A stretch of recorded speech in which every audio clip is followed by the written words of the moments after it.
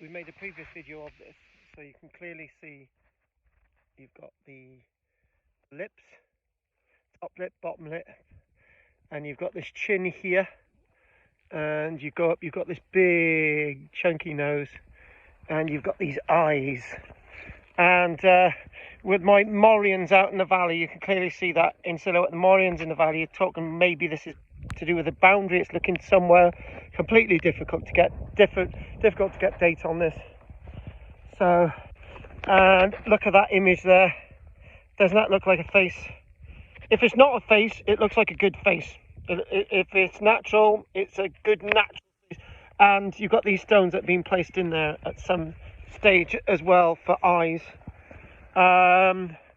And you've got the big nose. Actually, that is really impressive. I've got to be honest with you, as a bit of a carving. And maybe you've got a bit of a nice chest there, chin going all the way to the face. That is really interesting, isn't it? That you can actually see that in the Rhondda. Whoever actually found this in the first place. I don't know if my Morians were discoverers of this, but this is a really nice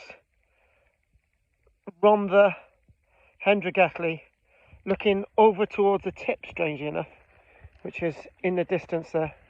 So yes, a really nice, interesting piece of history. Obviously somebody's created something here because those have been put in there, and if this was natural, I agree, if this was natural it would just be more flush along the beds there. Anyway, KARL-JAMES LANGFORD in the Rhondda again, thank you very much.